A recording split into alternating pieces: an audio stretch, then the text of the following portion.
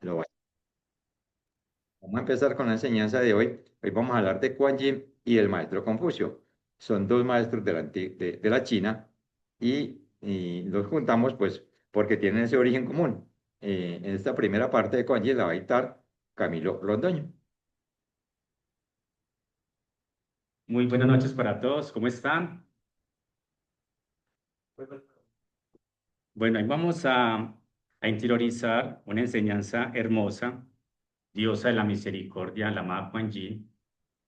Vamos a hablar del perdón, vamos a hablar de la misericordia y vamos a hablar cómo esos rayos del corazón de Dios, ese séptimo rayo, la llama violeta, a través del perdón podemos transmutar ese karma, podemos consumir toda oscuridad y así abrir las puertas al corazón de Dios, a ese amor y a esa conciencia divina.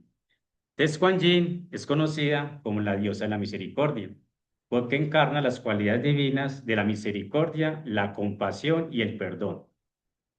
Ella sirve a las almas de la humanidad, enseñándoles a saldar su karma y a cumplir su plan divino, mediante el servicio amoroso a la vida y a la aplicación de la llama violeta.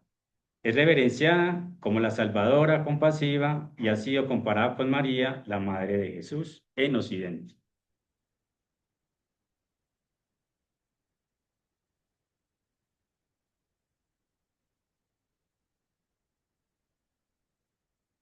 Nuestra mensajera Elisa de Cret Profe nos dice, el perdón es señal de amor, del amor supremo, y la señal del perdón es olvidar al perdonar. Cuando nosotros empezamos a tener una circunstancia o una fricción con otro hijo o hija de Dios, empezamos a sentir, digamos, esa energía negativa. Empezamos a sentirnos mal porque alguien de pronto nos hizo algo. Y de pronto vivimos mucho tiempo con eso. Y no somos capaces de entregárselo a Dios. Y esa energía se queda en nuestra aura, se queda en nuestros cuatro cuerpos inferiores, se queda en nuestro corazón. Y cuando se queda allí, la conciencia divina, esa conciencia crística o esos dones o talentos que nos da Dios, se quedan ahí estancados porque la iluminación, el entendimiento y todo lo bueno, el corazón de Dios proviene de su corazón, proviene a través de un maestro ascendido. Y el maestro, si tiene esa conciencia, si tiene ese amor, si tiene ese poder para nosotros entender un problema y así entender el problema podemos consumir el karma. Y a veces, ¿cómo nos liberamos de esa energía que está en nuestra aura? Por medio del perdón. Entonces, cuando decimos el perdón, y ahorita más adelante vamos a ver cómo el amado Saint Germain nos explica esa parte tan bonita, porque cuando nos estemos, digamos, con una fricción, se crea una energía negativa. Y esa energía negativa enlaza a otro hijo o hija de Dios, pero como una cuerda, una filigrama que es muy oscura. Ahí no hay amor, no hay nada. Pero cuando la consumimos por la llama violeta, esa oscuridad se convierte en luz y ahí es donde llega el Dharma. El Dharma es todo lo bueno. Empiezan a llegar las cualidades de Dios, los talentos y los dones, vienen las oportunidades y viene el cambio, viene la alegría y vienen muchas cositas como el amor. El perdón verdadero va más allá de las palabras. Una y otra vez todos hemos oído, lo pasado, pasado está. Perdonar es olvidar. Esto es muy cierto, porque si aún podemos resucitar el recuerdo de una injusticia cometida contra nosotros, no hemos perdonado de verdad. Para perdonar el registro y el recuerdo deben ser disueltos de nuestra conciencia. Juan G nos dice que si esto no es así, no solo hemos perdonado de verdad, sino que habéis endurecido vuestro corazón. Entonces, el ejemplo muy sutil es cuando alguien nos ofende. Y si nos quedamos así por mucho tiempo y decimos, no, yo lo perdoné, pero lo perdonamos de verdad. Y a veces hay personas que nos dicen algo y de pronto nos ofendemos. El ego se ofende muy fácil, el Cristo nos ofende. Entonces bajamos la vibración, esa energía negativa baja, la luz que nosotros tenemos empieza a oscurecerse y empieza una estancación. Pero cuando nosotros decidimos de corazón hacer los decretos del perdón y en verdad perdonar, entonces ahí es donde vienen los cambios y la transmutación. Juanji nos recuerda, cuando sintáis la necesidad de una mayor fortaleza, iluminación, de mayor pureza y curación, recordad que todas esas cualidades os llegan desde el corazón de Dios, gracias al poder de la propia llama y la misericordia. Porque con el perdón viene la renovada oportunidad de cumplir la ley y sin perdón poco se puede progresar. Voy a contar una anécdota que me pasó hace muchos años. Yo tenía más o menos 8 añitos. Pero gloria a Dios, desde esa temprana, Dios me mostró y me regaló algo, la misericordia y el perdón. ¿Y cómo? Cuando yo tenía 8 años, pues era un niño peleoncito, peleaba por cualquier cosa, alegaba por cualquier cosa, y yendo pues, digamos, a hacer un mandado, me tropecé con un niño de la misma edad, y no sé qué pasó, no me acuerdo, pero resultamos peleando. En esa pelea, pues se metió el hermano mayor, pues entonces yo corrí. Pero lo más novedoso era que a pesar de que teníamos tan poquita edad, siempre que nos veíamos peleábamos. Y siempre que yo veía el hermano mayor, pues me hacía correr. Siempre. Entonces yo ya no pasaba por ahí, sino que daba una vuelta para poder llegar al objetivo. Un día, digamos, le conté a mi papá la parte que tenía con estos dos chicos. Y mi papá, pues como un padre, fue, digamos, a defenderme, pero de una manera constructiva, pero se formó una fricción entre ellos. Mi papá, pues, hasta lo desafió, pues, a que me pegara delante de él y, pues, obviamente no lo iba a hacer, pero quedamos en, obviamente, más mala condición que antes. 2 años después, yo estaba jugando, tenía aproximadamente 10 años y estábamos jugando con una persona mayor. Y esa persona de un momento a otro, estamos jugando es que a los secuestrados. Entonces estábamos amarrados y un momento esa persona dijo, ahora en adelante nadie los va a nadie los va a desamarrar, se quedan así. Y todos rogando para que nos desamarrara y no, no quiso y no quiso y no quiso. Entonces ya el juego se complicó cuando yo veo que alguien se acerca. Adivine quién era. Esa persona que yo peleaba desde chiquito, el hermano mayor. Y claro, me asusté más. Primero, estaba amarrado. Segundo, pues estaba temeroso por lo que estaba pasando. Y tercero, lo veo a él y yo dije, no, acá ya me pegó. Se va a desquitar de todo lo que le hice al hermano. Pero ¿sabe cuál es lo más bonito? Que en de pelear o en de decirme cualquier cosa, le rogó a la persona para que me desamarrara. Y dijo estas palabras, me acuerdo, venga, desamárrelo. Él es buena persona, yo lo conozco, desamárrelo por favor.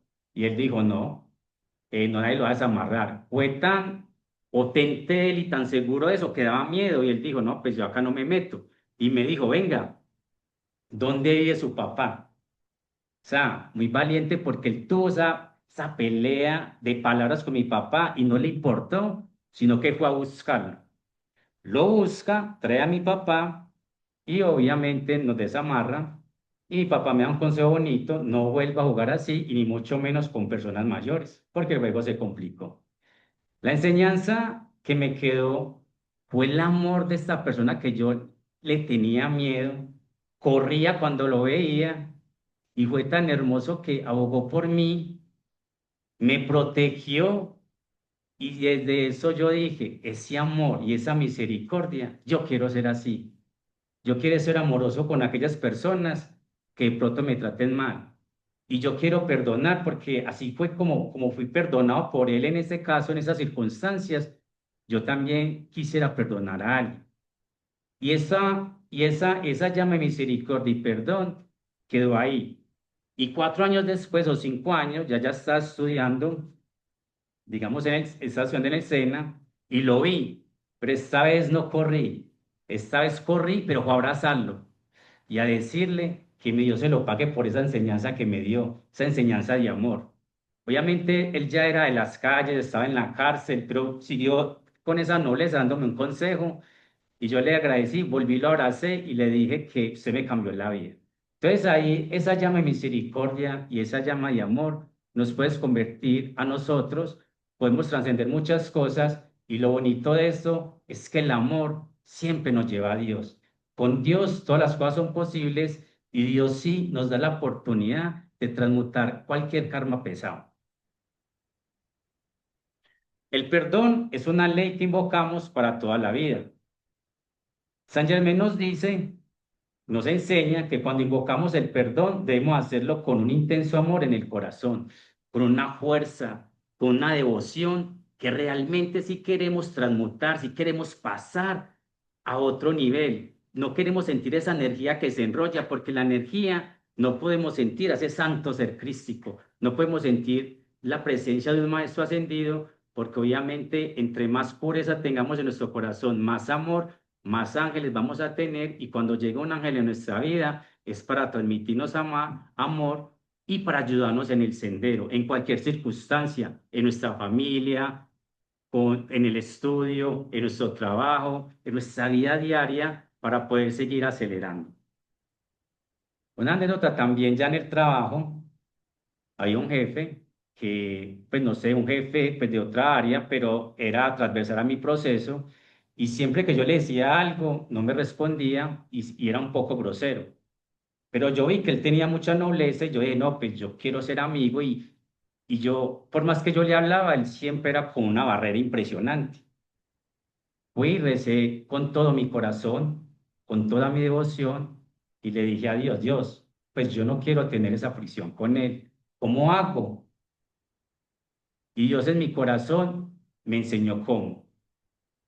Cuando yo lo hice con la llama del perdón, con los decretos y con todo el corazón, un momento a otro esa barrera se quitó poco a poco y empecé a comunicarme con ese jefe. Y lo bonito que de un momento a otro él me hablaba de su hija, yo le hablaba de mi hija, y empezamos a tener una amistad, un compañerismo que ahora lo disfrutamos. Y poco a poco, que cada vez que hacía la ley del perdón, podía ver esos cambios.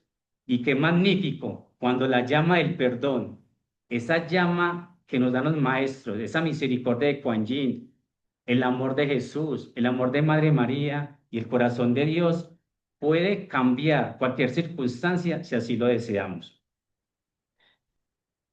Y es muestra de humildad decir, he obrado mal y te pido a ti, a Dios, que me perdones.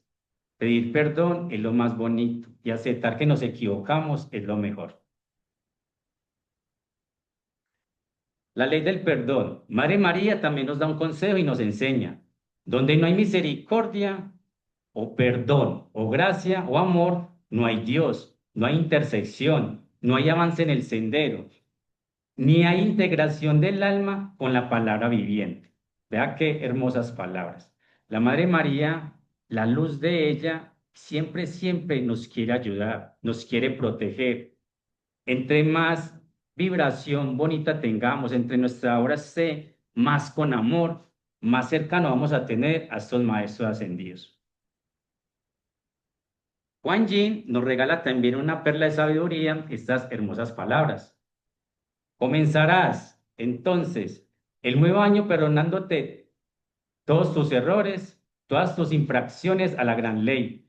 Perdonarás de verdad, lo cual significa olvidar y abandonar el pasado, abandonar el pasado.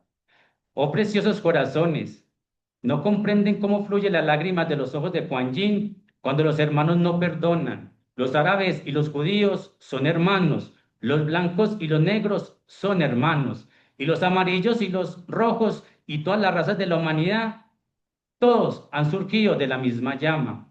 ¿Acaso no pueden perdonar, oh humanidad? ¿No pueden sentir el amor de una madre al escuchar los villancicos y a recordar aquel que vino con ese juego de amor, del perdón para perdonar los pecados del mundo? ¿No pueden comprender entonces que sus corazones necesitan derretirse en esta Navidad? Necesitan perdón para ser perdonados. Vea qué hermosas palabras de nuestra amada Kuan Yin.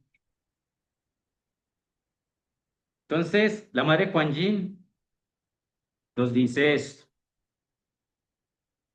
invocar los fuegos sagrados de la misericordia y el perdón del corazón de la Madre de Misericordia. A vosotros que habéis sentido el dolor de la aflicción, os digo, venid a mis brazos y aliviaos de vuestra carga. Yo soy vuestra madre de misericordia. Deseo traeros la llama violeta, y esta llama violeta es vuestra. Solo con que la pidáis, la ley exige que la invoquéis, queridos míos, para que podáis recibir. Y así nosotros, que somos los maestros ascendidos, también obedecemos las leyes de Dios. Y os amonestamos a que seáis leales, porque la ley sale de un orden, de un cosmos, la estructuración de la vida y el ritual cotidiano del sol, las estrellas y la rotación de la tierra. Cuando sintáis desacreditados, indignos como si no tuvieras fuerzas, incapaces de lograr algo ante el Señor, recordad Kuan Yin, recordad la misericordia, invocar los fuegos de la misericordia y decir, vamos a hacerlo con el corazón todos juntos. En el nombre de Jesús el Cristo, en el nombre de mi yo crístico, en el nombre de mi amada poderosa presencia yo soy, invoco la ley del perdón. Oh Dios, deseo hacer las paces contigo hoy día. Perdona mis errores e injusticias, mi falta de equidad, mi egoísmo y pecado. Perdóname, oh Dios, te lo ruego, y dame la oportunidad de corregir todo error, de volver a cualificar todo lo que ha sido cualificado mal, de transmutar todo lo que no ha sido la perfección del cumplimiento de la ley.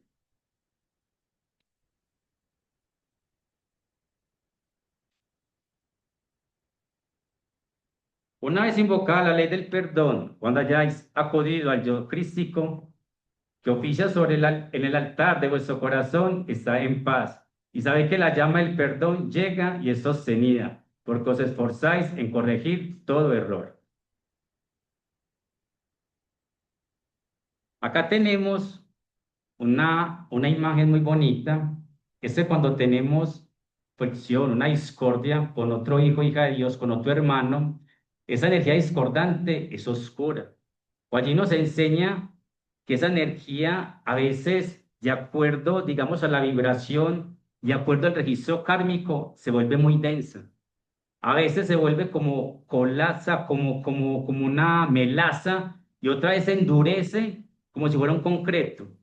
Ahí necesitamos a Dios Todopoderoso. Necesitamos estos juegos de misericordia, como nos dice Kuan Yin. Necesitamos a un maestro ascendido y necesitamos el perdón y la misericordia. Entonces, cuando esa energía discordante, nosotros, como dice el amado Saint Germain, cogemos esa llama violeta, esa ciencia de la palabra hablada, y empezamos a invocar el nombre de Jesús, en el nombre de mi santo ser crístico, en nombre de Madre María, en nombre de Kuan Yin, Dios de la misericordia, y esos decretos que vimos anteriormente, estos decretos llenos de amor, que vienen desde el corazón de Dios, empiezan a rodear toda energía discordante. Esa energía empieza a transmutar, transmutar y transmutar. Juan G nos dice que hay que ser constantes, ser persistentes, porque a medida que esos electrones oscuros, esos electrones se deben liberar. Cuando se liberan, empieza a llegar electrones de Dios que tienen la conciencia, que tienen ya cualidades. Y ahí hasta donde uno se motiva porque empezamos a ver los cambios. Y en esos cambios empieza la trascendencia, empieza la purificación y empieza uno a sentir más amor de Dios. Entonces vemos acá como la acción de la llama violeta rodea la causa y el núcleo de toda discordia, de todo karma negativo.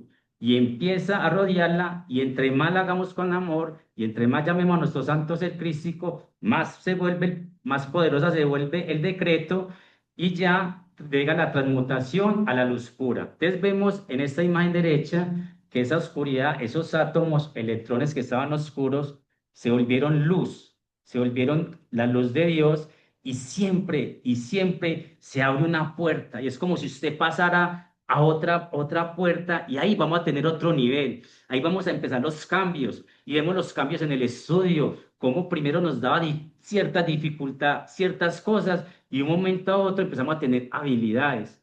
En el trabajo empezamos a tener otra expresión, otra armonía, otro amor. Empezamos a entender procesos que pronto antes no entendíamos y ahora lo hacemos con tanta paz, con tanta armonía y otra cosa, con conocimiento. ¿Pero por qué? Porque esos electrones que están oscuros, esa discordia, se convirtió en luz. Y cuando Dios llega, llega con luz. Y la luz es amor y la luz son los talentos que nos permite transmitir a los otros hijos e hijas de Dios. Y el amor se transmite. Por eso siempre hay que trabajar, siempre hay que luchar en fin de ese mundo interior, consumir la oscuridad para que ese santo ser crístico envíe rayos de luz a todos los hijos e hijas de Dios, a quienes comulgamos, a quienes estamos en comunión todos los días. Vemos acá, digamos, esta parte tan bonita. Tenemos en una balanza el karma y en otra, cuando pedimos perdón de corazón, vea cómo está el equilibrio. Mire cómo está el equilibrio. Y obviamente nosotros queremos que ese karma se vuelva luz, ¿cierto? Pero entonces ya pedimos perdón, reconocimos, aprendimos la lección, porque otra cosa, como dice Kuan Yin, si no aprendemos la lección, la llama del perdón es retirada y volvemos a ser los mismos. Pero cuando sí aprendemos la lección, ve, yo por qué traté a esa persona mal, yo por qué grito, yo por qué peleo, yo por qué hago esto y aprendemos la lección y nos interiorizamos y le pedimos al Dios Todopoderoso que no queremos volver a ser los mismos, que queremos cambiar, y ahí es donde viene ese cambio. Nuestra mensajera, Elizabeth Craig Prophet, nuestra madre, nos dice que el karma negativo siempre hay una lección. Ella nos cuenta en un libro, la respuesta que busca está dentro de ti, que cuando nosotros, hay un fogón hirviendo, un fogón con llama, esa roja, y nosotros lo tocamos, nos quemamos. Y nosotros dijimos, no, eso así prendido, no, eso así no vuelva a tocarlo. Entonces uno aprendió una lección, que aprendió que no vuelva a tocar un fogón ardiendo, ¿cierto? Y así es cuando tenemos circunstancias, ya sea en nuestra vida, y vuelve y se repite, pero cuando un momento a otro decimos, no, no, ya aprendí la lección. Si sigo por el camino, por ese camino, voy a repetir las mismas circunstancias. Entonces le voy a quitar ese registro kármico con la llama violeta, lo interiorizo, ahí donde llega el equilibrio del perdón y después llega la transmutación. Entonces ve acá esta imagen tan bonita. Vemos a la izquierda que tenemos la balanza, pero el karma ya se vuelve muy denso. Y el karma llega y acá ya no hay un equilibrio.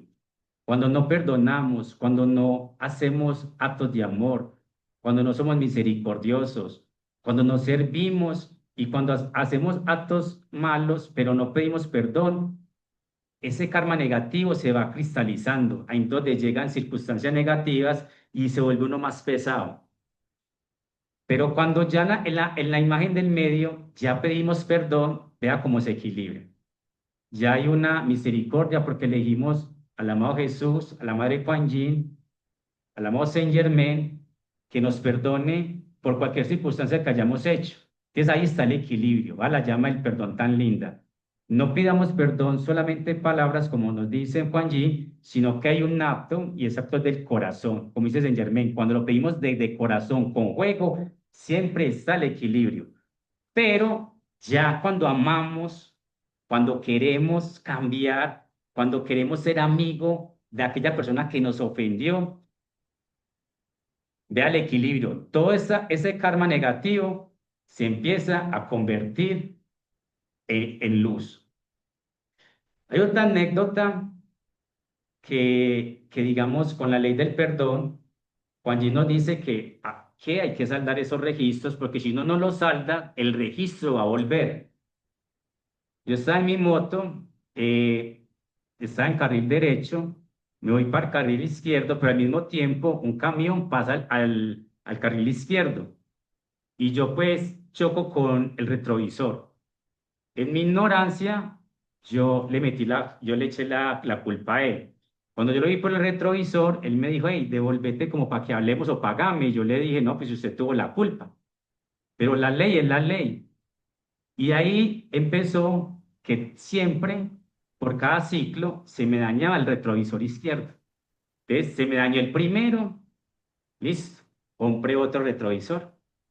Se me dañó el segundo, compré otro retrovisor. Estaba en la empresa trabajando y cuando ya estaba de noche, por ahí es una calle sola que no pasa nada, no pasa nadie. Me llama el celador, Camilo, alguien le tumbó la moto, vaya por ella.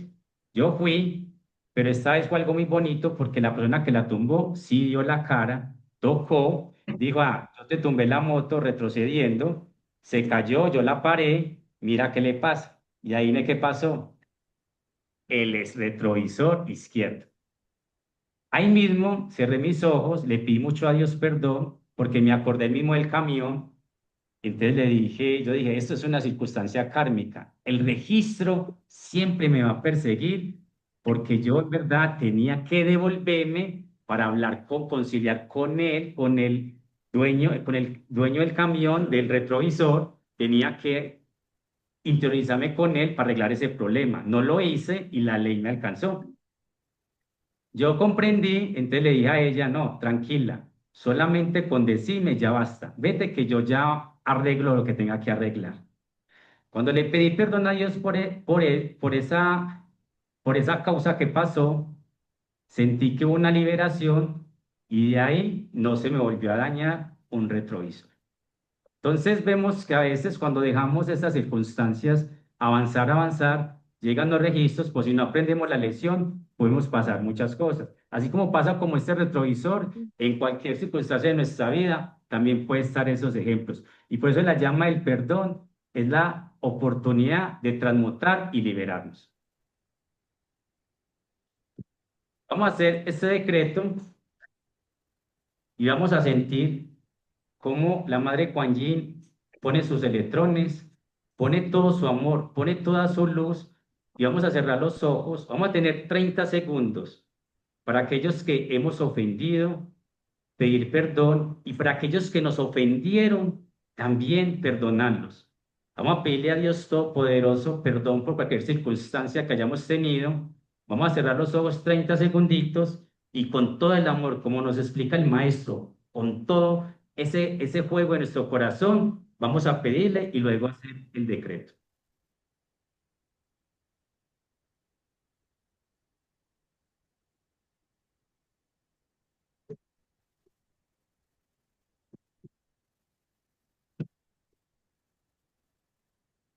Listo, lo vamos a hacer 3 veces.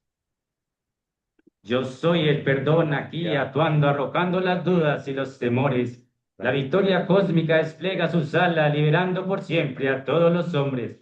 Yo soy quien invoca con pleno poder en todo momento la ley del perdón. A toda la vida y en todo lugar inundo con la gracia del perdón. Yo soy el perdón aquí actuando, arrojando las dudas y los temores. La victoria cósmica despliega su sala, liberando por siempre a todos los hombres. Yo soy quien invoca con pleno poder en todo momento la ley del perdón. A toda la vida y en todo lugar inundo con la gracia del perdón. Yo soy el perdón aquí actuando, arrojando las dudas y los temores. La victoria cósmica despliega su sala, liberando por siempre a todos los hombres. Yo soy quien invoca con pleno poder en todo momento la ley del perdón. A toda la vida y en todo lugar inundo con la gracia del perdón. Entonces, ya para terminar, vamos a leer unas palabras de la madre Kuan Yin. Eliminar la causa y núcleo de todos los errores humanos por medio de la memoria de perfección de Dios.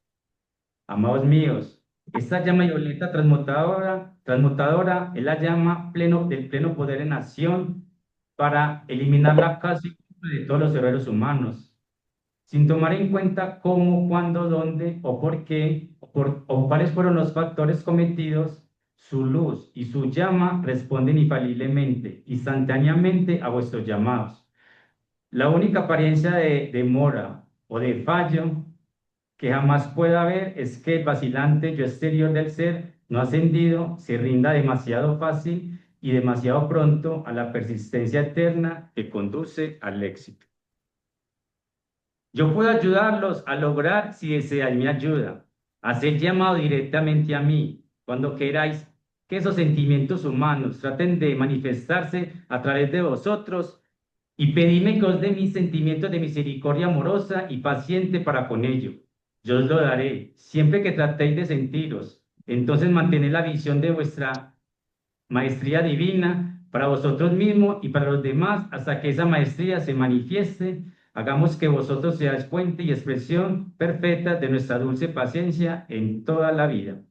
Entonces, Juan Gil nos invita hacer siempre el llamado directamente a su corazón. Ella la diosa de la misericordia. Cuando hay misericordia, cuando hay amor y cuando aprovechamos el momento de una maestra, de una diosa, podemos en verdad beneficiarnos. Ella nos dice, nosotros somos los maestros ascendidos y estamos muy cerquita del latido de tu corazón. Y créelo porque es cierto. Entonces, nuestro corazón es muy cerquita y cuando decimos, Dios, perdóname, no solamente nos vamos a escuchar, sino que toda la gran hermandad blanca, todas las huestes ascendidas van a sentir que estamos pidiendo perdón y también perdonar a aquellos que nos ofendieron. Por último, vamos a tener este decreto, llama de misericordia, lo vamos a hacer una vez para sentir que esa llama de misericordia envuelve cada chakra, cada electrón de nuestro ser, cada momento de nosotros, para que todo lo que no sea de la voluntad de Dios, para que no sea de esa luz de Dios pura, sea transmutado, sea purificado y sea cambiado por amor. Llame misericordia, envuélvenos, llame misericordia, envuélvenos, llame misericordia, envuélvenos, llame misericordia, guárdanos, llame misericordia, guárdanos, llame misericordia, guárdanos, llame misericordia, libéranos, llame misericordia, libéranos, llame misericordia, libéranos. Yo soy el que está rodeado por un pilar de llama de misericordia. Yo soy quien abunda en por amor por el gran nombre de Dios.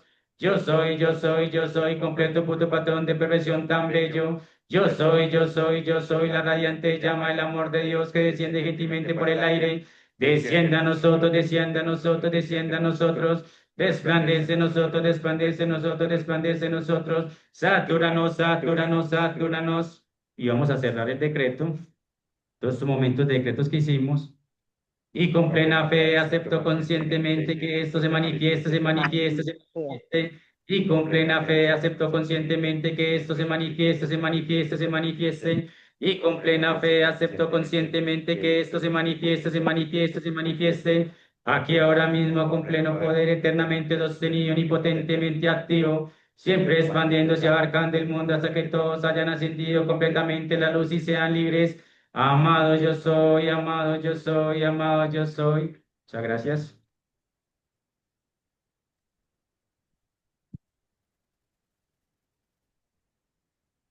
Magnífica esta conferencia que nos ha dictado Camilo Londoño.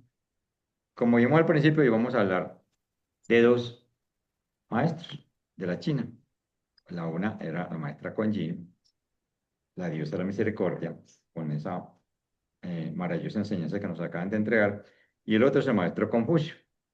Confucio también es un maestro ascendido, pero hoy no vamos a hablar de un Confucio como maestro ascendido, vamos a hablar de Confucio, el ser histórico que vivió en la Tierra hace 2500 años, en la China precisamente.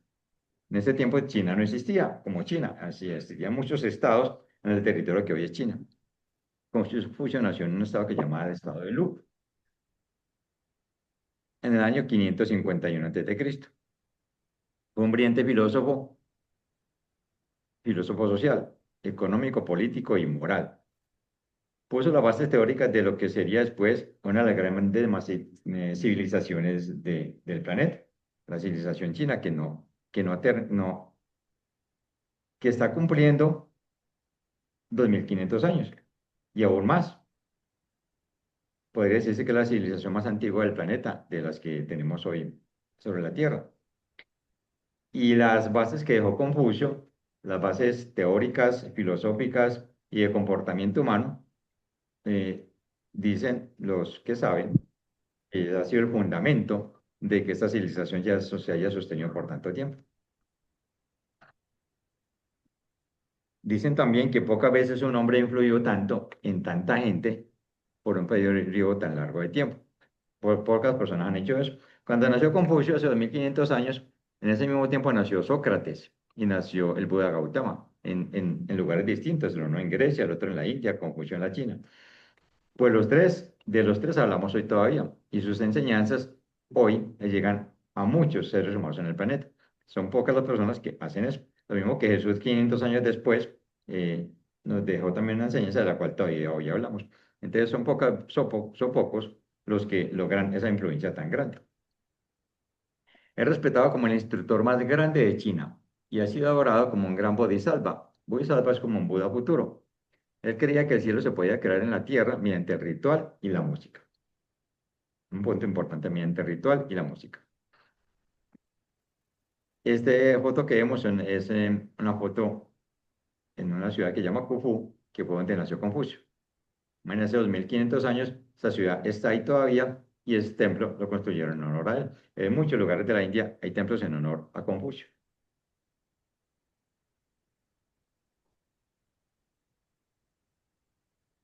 Su filosofía se entiende como un conjunto de principios destinados a realizar una transformación profunda en el individuo y la sociedad. Confucio quería hacer cambios verdaderos en su sociedad, en la sociedad que le tocó vivir en ese momento, pero estaba convencido y enseñaba que no se puede transformar una sociedad si no se transforman los individuos, que es primero se transforma cada uno. Lo que dicen muchas personas hoy en día, el cambio que quieres ver en el mundo, hazlo tú mismo, sé el cambio que quieres ver en el mundo. Lo dijo Confucio hace 2500 años. Su enseñanza, pues, es una guía práctica, y eso es, digamos, lo mejor de la enseñanza de Confucio, que es práctica, que es para la vida cotidiana. Una guía práctica para restablecer la armonía perdida. Confucio quería construir una sociedad guiada por la virtud. Imagínense qué ideal tan grande. Una sociedad guiada por la virtud. Enfatizó la responsabilidad personal, la rectitud y el respeto por las jerarquías. Otro punto importante de la enseñanza de Confucio, las jerarquías. Entonces ya tenemos el ritual, la música y las jerarquías. Para él eran muy importantes y enfatizaba en ello. Por ejemplo, la jerarquía en la familia. Él decía que había que respetar a los ancianos, tener moderación en las emociones y debía haber responsabilidad entre las generaciones de una familia. Obviamente, los mayores responden por los menores, los jóvenes y un poco adultos ya responden por los mayores. Responsabilidad intergeneracional. Y siempre respeto a los ancianos, porque Confucio estudiaba la historia antigua. Pues para nosotros él es muy antiguo, pero él en su momento estudiaba historia antigua y decía que había que basarse en las enseñanzas de la antigüedad. Para nosotros él hace 2500 años decía que hay que mirar la antigüedad para aprender a vivir. Y ya vamos a ver por qué él decía eso. En la familia él hacía énfasis en la armonía, la relación entre padres e hijos y la lealtad y la sinceridad en las relaciones. Lealtad, sinceridad y jerarquía. Confucio no creó una religión, no fue un líder espiritual, como la mayoría de todos los que estudiamos aquí cada 8 días y que enseñan los maestros y que son maestros ascendidos. Confucio, de hecho, son maestros ascendidos y hay muchos dictados de Confucio en los que nos dan unas enseñanzas espirituales. Pero hoy estamos hablando del ser histórico y de cómo se convirtió en ese ser, en ese filósofo, famoso filósofo, que 2500 años hoy nos tiene hablando de su enseñanza. En la China comunista, de Mao Zedong, se hicieron muchos esfuerzos por eliminar la enseñanza de Confucio. Y no solo de Confucio, o sea, los comunistas querían borrar todo lo que tuviera alguna intención de conectar al hombre con Dios. Sin embargo, las enseñanzas de Confucio estaban tan arraigadas en la cultura china y en su sociedad, y pues cuando pasó Mao Zedong y todo ese comunismo duro que estuvo en esa nación por muchos años, en el siglo XX, eh, la gente se volvió a encontrar con Confucio y con su pensamiento y su enseñanza. Confucio nació en una familia pobre y a los 15 años consiguió trabajar en un templo que está dedicado al duque de Shu. Es otro punto importante, el duque de Shu. El duque de Shu está pintado pues así como lo vemos ahí. Vivió 500 años antes de Confucio, o sea que vivió hace 3000 años. Para nosotros el duque de Shu hoy en día es el maestro ascendido Lanto. Confucio es les digo, el duque de Chu es el maestro ascendido Lanto. El duque de Chu era hermano de un gobernante de la China 500 años antes de que Confucio viviera, estuviera encarnado en esa encarnación. Y el maestro, el duque de Shu, trajo un conocimiento nuevo de Dios en ese momento a su pueblo y el gobierno divino. Y él decía, solo me preocupa el cielo y el pueblo, el cielo y el pueblo. ¿Por qué mencionamos al duque de Shu? Porque en Confucio decía, el duque de Shu le enseñaba en sueños por la noche las cosas que él le enseñaba al mundo. O sea, el maestro Lanto, de que después fue el maestro Lanto, le enseñó al que después fue el maestro Confucio, en la noche le enseñaba lo que se convirtió en la filosofía confuciana. Es lo mismo que nosotros decimos, los maestros nos enseñan. En las noches, si pedimos que nos lleven a los retiros de los maestros, somos llevados a los retiros de los maestros ascendidos, y somos enseñados, somos entrenados en las enseñanzas de cómo vivir la vida, cómo divulgar la enseñanza, cómo interiorizar la enseñanza, cómo caminar este camino de la ascensión. Entonces, el duque de Shu, hace 2500 años, cuando nadie hablaba de un maestro ascendido, ni de retiro esotérico, ni nada parecido, decía que el duque de Shu se le parecía, no se le parecía, le enseñaba por la noche mientras él dormía. Confucio siempre quiso ser un gobernante. Obviamente él era de una familia que no era de gobierno. Y apenas tuvo una pequeña oportunidad de ser un ministro de justicia en su estado, en el estado de Lu. Pero, pues un hombre tan grande que pretendía que todo debía regirse por la virtud, no solamente entonces, sino después y después y después y ahora, pues es un hombre extraño, es un hombre peligroso para los que gobiernan. Entonces no duró mucho en ese cargo porque terminaron sacándolo, lo hicieron exiliar, tuvo muchos discípulos y estudiantes y nunca llegó a hacer su sueño, a cumplir su sueño de ser un gobernante, porque lo que él enseñaba era gobernar. De hecho, andaba por los estados, salió del estado de Lugo a otros estados y buscaba a los gobernantes para enseñarle cómo gobernar. Pero los gobernantes, digamos, se le hacían los locos porque una forma de gobernar tan virtuosa era imposible de practicar. Fue vagando entonces, buscando trabajo y enseñando.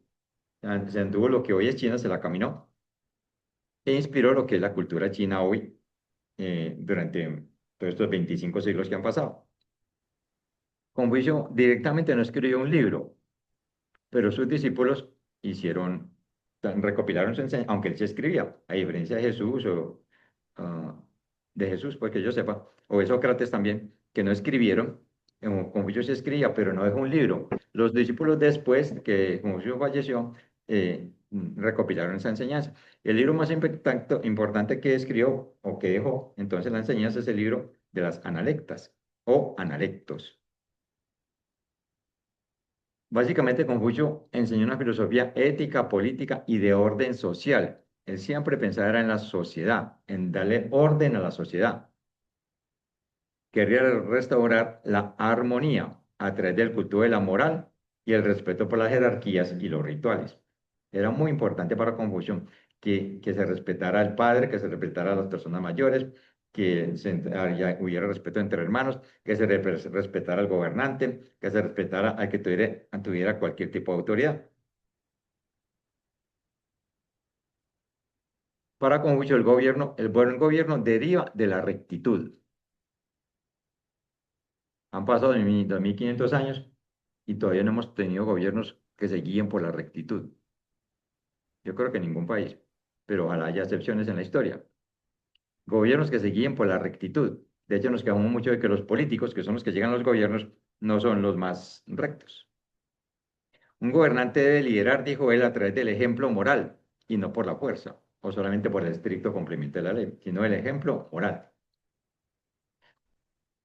La enseñanza de Confucio se basa en 5 relaciones cardinales, 5 relaciones que hay entre los seres humanos, que tienen un orden jerárquico y responsabilidades mutuas entre ellas. Estas relaciones son la relación entre gobernante y súbdito, la relación entre padre e hijo, que él decía es la relación más fundamental. Obviamente ahí se incluye la madre, o sea, padres e hijos, es la más fundamental, porque para Confucio, y eso también se enseña ahora, me imagino que tal vez fue el primero que lo mencionó, eh, el núcleo de la familia es la base de la sociedad. la relación entre marido y esposa, entre hermano mayor y menor y la relación entre amigos. De hecho, él decía, el hermano menor debe respetar al hermano mayor y obedecerle. Y entre amigos, para él era la única relación que era entre iguales. Confucio no era muy feminista, pues eso hace 2500 años, pues digamos que ahí lo dispensamos.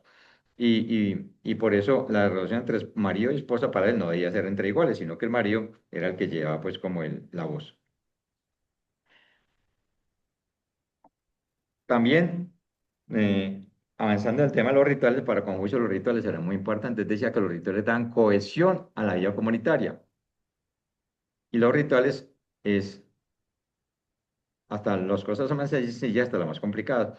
Por ejemplo, la forma de saludar, la relación con el padre, las ceremonias públicas, las ceremonias religiosas, deberían cumplir unos estrictos rituales. Él dice que eso le daba cohesión a la vida comunitaria y así pretendía reorganizar las ceremonias públicas para lograr ese propósito. Los rituales para él decía que los rituales no son simples formalidades, sino una forma de cultivar el respeto mutuo y establecer un modelo de convivencia ordenada. Los rituales. Tal vez a alguno le tocó aquí, como a mí, la izada de bandera en la escuela. Eso era un ritual. Esa ceremonia, esas cositas, esos pequeños detalles que parece que son muy formales y que han perdido como popularidad. La gente ya no está enamorada de los rituales. Para Confucio dice que eso era muy importante para establecer modelos de convivencia y respeto mutuo.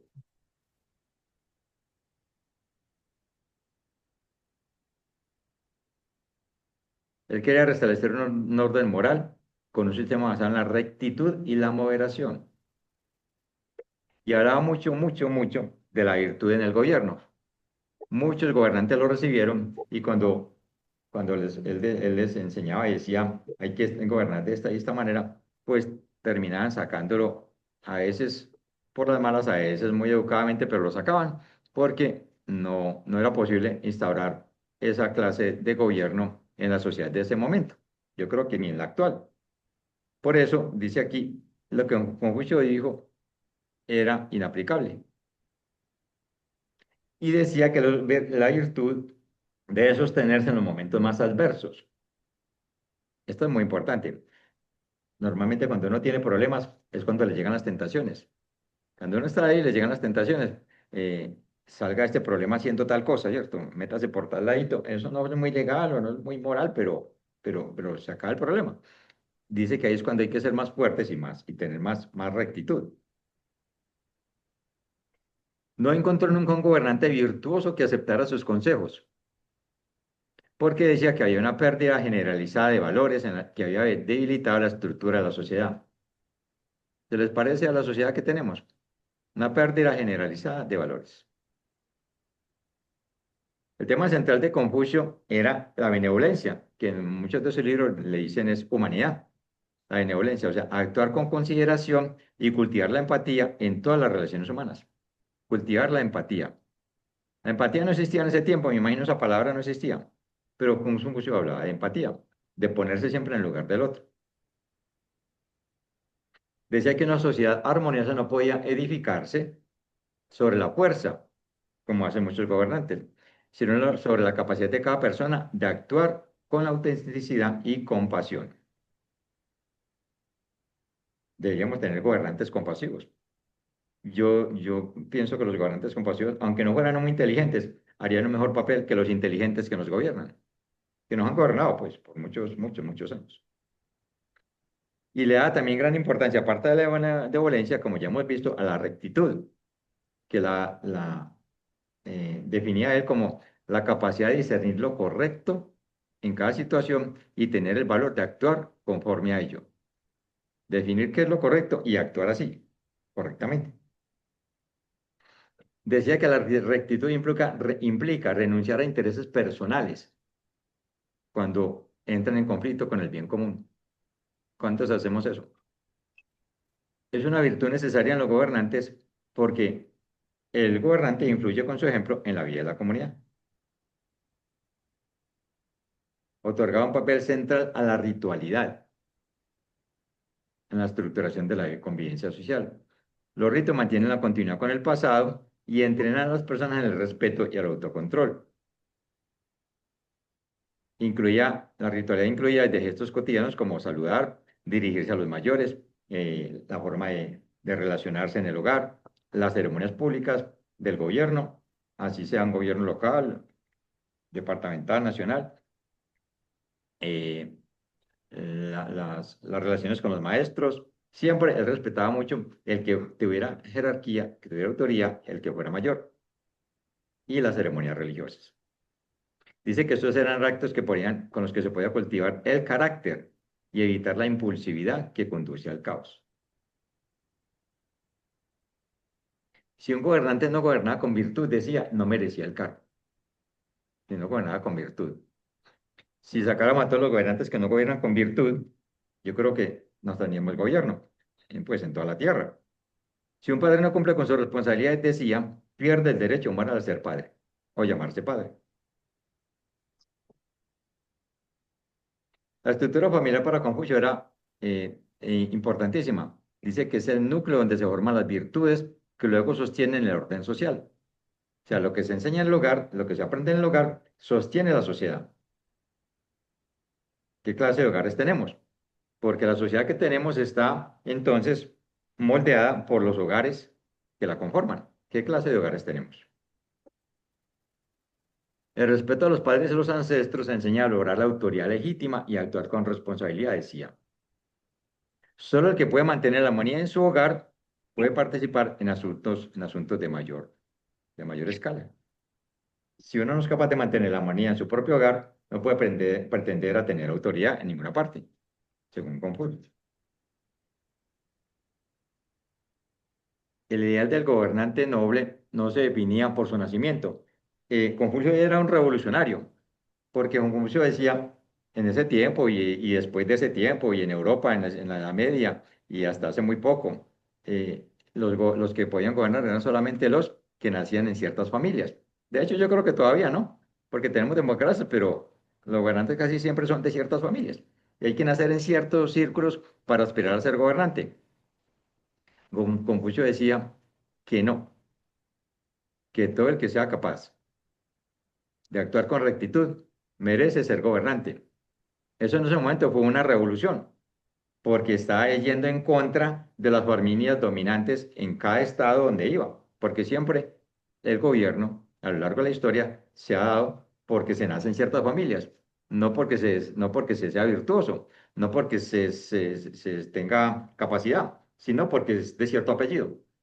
Pues como yo dijo hace 2500 años que eso no debía ser así, que debían gobernar los que fueran más capaces y más virtuosos, no los que nacieran en ciertas familias. Decía que la virtud del gobernante tiene un efecto transformador porque establece un estándar para toda la sociedad y le daba importancia máxima a la educación. Y también era muy revolucionario eso, porque esos 1500 años la gente no estudiaba, solamente estudiaban los de esas familias, los poderosos.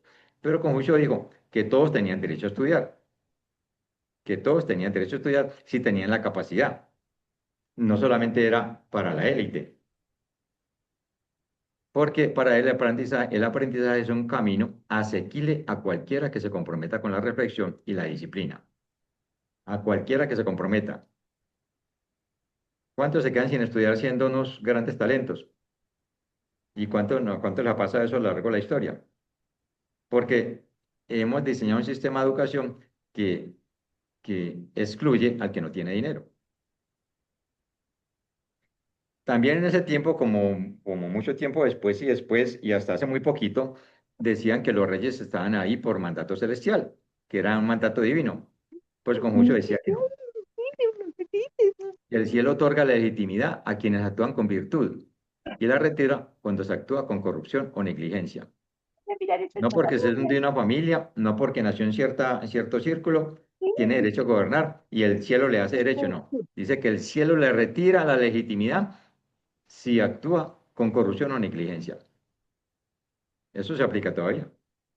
Pero en aquel tiempo más, porque es que estamos hablando de esto aquí, pero en aquel momento decir eso implicaba poner la vida en peligro, porque está hablando en contra de los gobernantes del momento. Está diciendo, no porque ustedes son de esa familia, tienen derecho a gobernar, si no actúan con virtud. y si no son eficientes. Decía que la autoridad debe alinearse con la justicia y que la transformación humana de un Estado no depende de las leyes, sino de un proceso lento que requiere la formación de individuos virtuosos. Queremos tener una sociedad ideal. Debemos enfocarnos en esta última parte que dice aquí, en formar individuos virtuosos. Ese es un proceso lento. No hay que formar individuos que sepan todas las cosas de la inteligencia artificial, los mejores ingenieros, los mejores abogados, se saben todas las leyes, pero para hacerle la trampa. No, educar en virtud, es lo que decía Confucio, en virtud. Y que la mejor forma de resistir al caos social era imponer unas reglas, no era imponer reglas rígidas, sino cultivar personas capaces de actuar con sabiduría. Siempre se enfocaba en el cultivo de la persona. Y le daba un papel, un punto muy preponderante a la música. Aquí ya hemos hablado de la música en otras conferencias. Como yo decía, que la música es un espejo de la salud moral de una comunidad. Aquí dijimos en una conferencia que la música que escuchas te moldea, moldea tus neuronas, tu cerebro, tu mente, tu corazón y todo tu ser. Y moldea una sociedad. La música que una sociedad escucha moldea lo que esa sociedad es. ¿Qué estamos escuchando? ¿Qué están escuchando nuestros jóvenes? Pues bien, la música es un espejo de la salud moral de la sociedad, porque representa armonía interior y exterior. Entonces después decía que una sociedad en decadencia producía música desordenada. Una sociedad en decadencia produce música desordenada. Esto los maestros ascendidos lo han dicho muchos, dictados ya después, ahora después de 2500 años. Pero como muchos lo dijo aquí en el momento, no era un maestro ascendido, era un humano sabio que andaba por la tierra, como nosotros, y ya decía que la música era fundamental para formar a los individuos. Y que una sociedad en decadencia produce música desordenada. Y podemos revisar qué música están oyendo nuestros hijos. Y como que una comunidad virtuosa produciría sonidos capaces de inspirar serenidad y cohesión. Entonces, la música que escuchas te moldea y moldea una sociedad. Para Confucio también era muy importante la relación entre lo estético y lo moral. Si un niño crece en un basurero, es muy poco probable que desarrolle una moral fuerte, un carácter un virtuoso. Las personas tienen que crecer y estar rodeadas de entornos hermosos. Debe haber mucha diferencia entre un niño cuyo papá lo lleva cada mes a un museo y un niño que lo único que ve arte son los grafitis de las calles. El carácter moral de esos dos individuos es distinto. Entonces, no solamente decía la música, sino también qué es lo que vemos, con qué alimentamos los ojos, y especialmente cuando se está en crecimiento. Porque para él cada aspecto de la vida moral debe reflejar equilibrio y respeto. Y ha enfatizado en la importancia del autocultivo, de examinarse uno mismo, revisar sus fallos antes de que pretender corregir a los demás. Revísese y corríjase usted mismo. Porque la transformación personal, ya lo dijimos, para Confucio es la base de la reforma social. Ahora se habla mucho de reformas y reformas en todos los países y hay que reformar muchas cosas, pero por más que reformemos y hagamos leyes, si no reformamos a los individuos, si no formamos individuos virtuosos, no se arregla nada en el fondo. El libro de Analectas pues insiste en el valor del respeto hacia los padres, la lealtad entre amigos y la honestidad en todas las relaciones sociales. Es una guía para cultivar el carácter que contribuye al bienestar colectivo.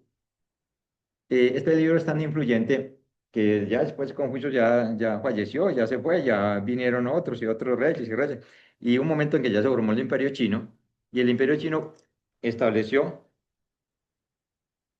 estableció las enseñanzas de Confucio, las puso en el sistema de exámenes imperiales, lo que hoy llamamos los exámenes del Estado. Bueno, el Imperio Chino, antes del gobierno, tipo de gobierno que tienen ahora cuando tenían emperador, puso a que los funcionarios públicos debían asimilar lo que Confucio enseñó, y eso era lo que les preguntaban en los exámenes. Y se convirtió en uno de los textos más comentados, interpretados y traducidos del mundo. Proporciona un marco moral capaz de ejercer decisión, de orientar decisiones personales y políticas. Bueno, se nos acabó el tiempo.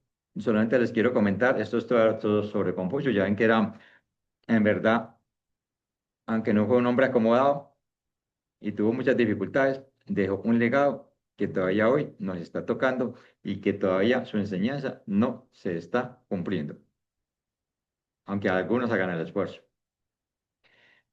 Les quiero decir que aquí en esta sede tenemos conferencias como esta todos los jueves a las 6:30, están todos muy invitados.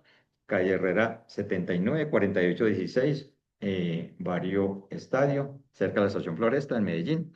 Tenemos servicio de librería, quiere decir, tenemos librería con libros con las enseñanzas de los maestros y tenemos servicios devocionales los miércoles a las 6, un servicio al Maestro Jesús y los domingos a las 9 un servicio dominical de 9 a 12. Hay un coro que están invitados todos a asistir y a ensayar los sábados a las 6 de la tarde. Los domingos, además, tenemos escuela para los niños desde 2 hasta 12 y escuela para los adolescentes desde 12 hasta 17, todos los domingos a las 9. Muy bien, con esto concluimos ya nuestra conferencia de hoy. Agradecemos mucho a los quienes están conectados, a los que están aquí presentes. Eh, les deseamos que tengan ya un feliz regreso a casa, que sigan estudiando lo más trascendido. Recuerden que no hay enseñanza mayor que esta en todo el planeta en este momento, donde se unen las enseñanzas de filósofos, maestros, santos y sabios de Oriente y Occidente. Que tengan una buena noche. Muchas gracias.